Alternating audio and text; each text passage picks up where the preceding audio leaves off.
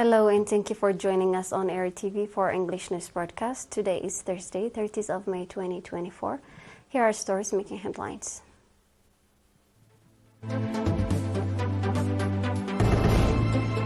Independence Day celebration at the UN.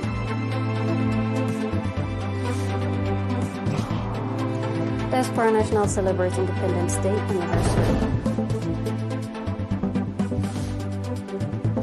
China lifts ban on 5 Australian beef exporters.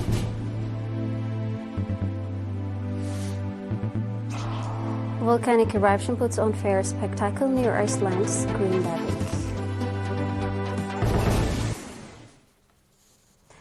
The 33rd Independence Day anniversary was celebrated at the United Nations under the theme Tastes and Sounds of Eritrea, reflecting on the journey of unity and progress that has shaped Eritrea's history. The event was graced by the presence of Mrs. Amina Mohammed, Deputy Secretary General of UN, Mrs. Cristina Duarte, Assistant Secretary General, representatives from all over the world, and members of Eritrean community. Mrs. Sofia Tasfamaran, Permanent Representative Eritrea to the United Nations, delivered a speech depicting the significance of the day. Mr. Usman Saleh, Minister of Foreign Affairs, delivered a pre-recorded video message. In his message, Minister Usman said that for decades, Eritrea endured a long and arduous armed struggle against oppression and injustice. It was on 24 May 1991 that the gallant Eritrean force achieved a historic victory, marking the end of a bitter chapter in the country's history and paving the way for a new era of self-determination. In April 1993, Minister Osman noted, Eritrea proudly held a referendum, a statement to its commitment to democratic principle and the right of people to choose their destiny. With an overwhelming majority of 99.8%, Eritreans unequivocally voted for independence, and Eritrea became the 182nd member of the United Nations. Minister Osman also highlighted that many representatives at the UN honored Eritrea by attending the commemorative event marking the 30th anniversary of UN-sponsored referendum in Eritrea and reaffirmed the bond of friendship between Eritrea and the global community. Nationals in South Sudan, Libya, Angola, Norway, and the US have colorfully celebrated the 33rd Independence Day anniversary under the theme Peace Anchored on Resilience. The celebratory event on 26th of May in South Sudan was attended by members of the diplomatic community, invited guests, and numerous nationals. Eritrea's ambassador to the Republic of South Sudan, Mr. Yohannes Tekle-Mikael, stated that Eritrea's independence was achieved through the heavy sacrifice of its sons and daughters. He also called on nationals to actively participate in national affairs during this promising stage. Mr. Marikos Merhatyan, chairman of the holiday coordinating committee, noted that the colorful celebration of Independence Day by nationals attests to their unity and coherence. The event was highlighted by cultural and artistic performance by musicians and singers from Eritrea. The 33rd Independence Day anniversary was also celebrated in Tripoli, Libya, attended by members of the diplomatic community, representatives of the community of Sahel-Saharan states, and numerous nationals. Nationals in various cities of Angola celebrated the 33rd Independence Day with patriotic zeal, featuring programs depicting their attachment to their homeland. The event in Luanda showcased cultural and artistic performance by renowned Eritrean artists as well as sports competition. The nationals expressed their conviction to actively participate in the implementation of national development activities. The celebratory event in Oslo, Norway, was attended by numerous nationals, especially the youth. Participants noted that they celebrate the Independence Day anniversary in remembrance of the heavy sacrifice made for it and expressed their commitment to contribute to national affairs. They also honored the gallant Eritrean Defense Forces. Nationals in the U.S. cities of Los Angeles, Atlanta, and San Jose also colorfully celebrated the 33rd Independence Day anniversary with various programs depicting the significance of the day. A statement from the Eritrean embassy was presented at this event. Participants on their part called for necessary corrective measures against offenders and the continuation of sustainable awareness-raising activities.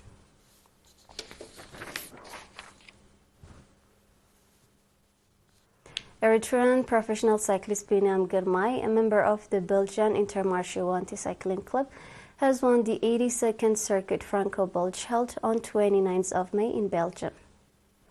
Biniam completed the one-day race in 4 hours, 37 minutes and 52 seconds. He was followed by French rider Axel Zingel of the Cofidis team and Swiss rider Mark Hirschi of the UAE Emirate team.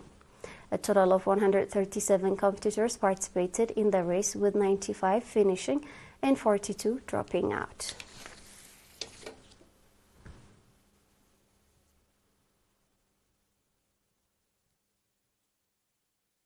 Those were local news updates. Stay tuned for international news.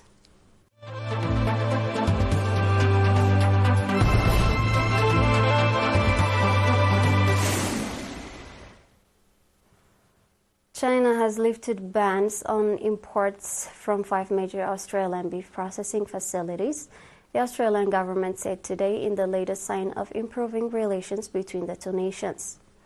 Beijing has now removed restrictions from 8 batteries, but 2 remain subject to import bans, the government said.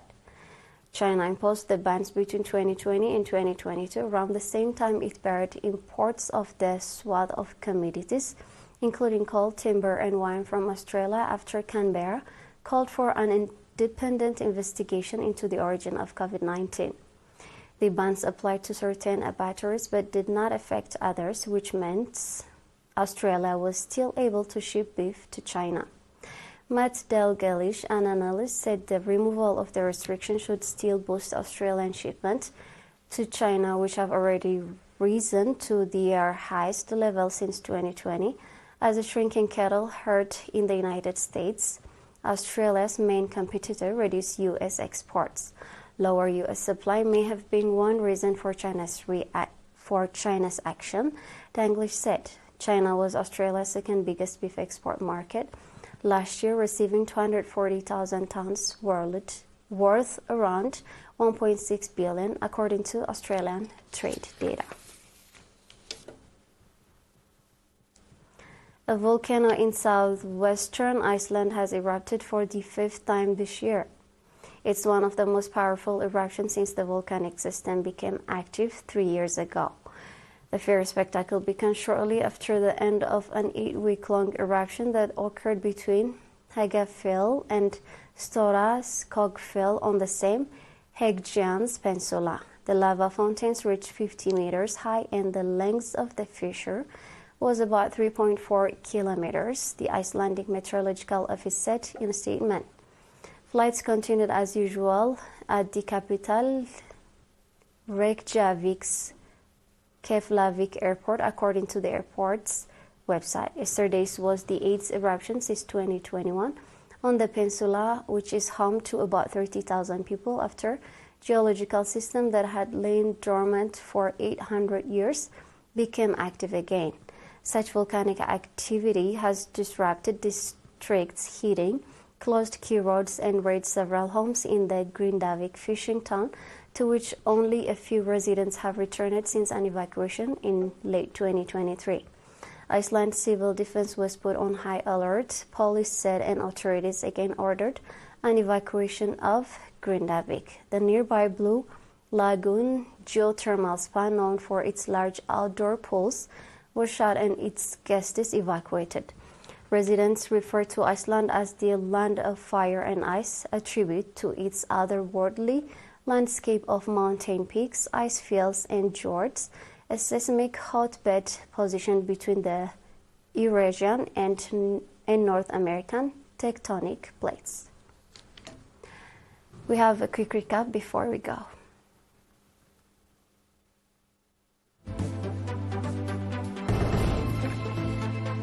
Independence Day celebration at the UN. Diaspora National celebrate Independence Day anniversary.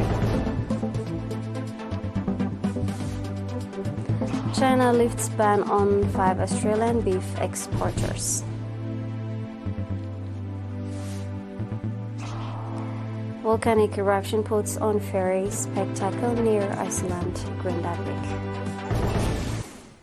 And that wraps up our news broadcast for now. Thank you for watching. Good night, everyone.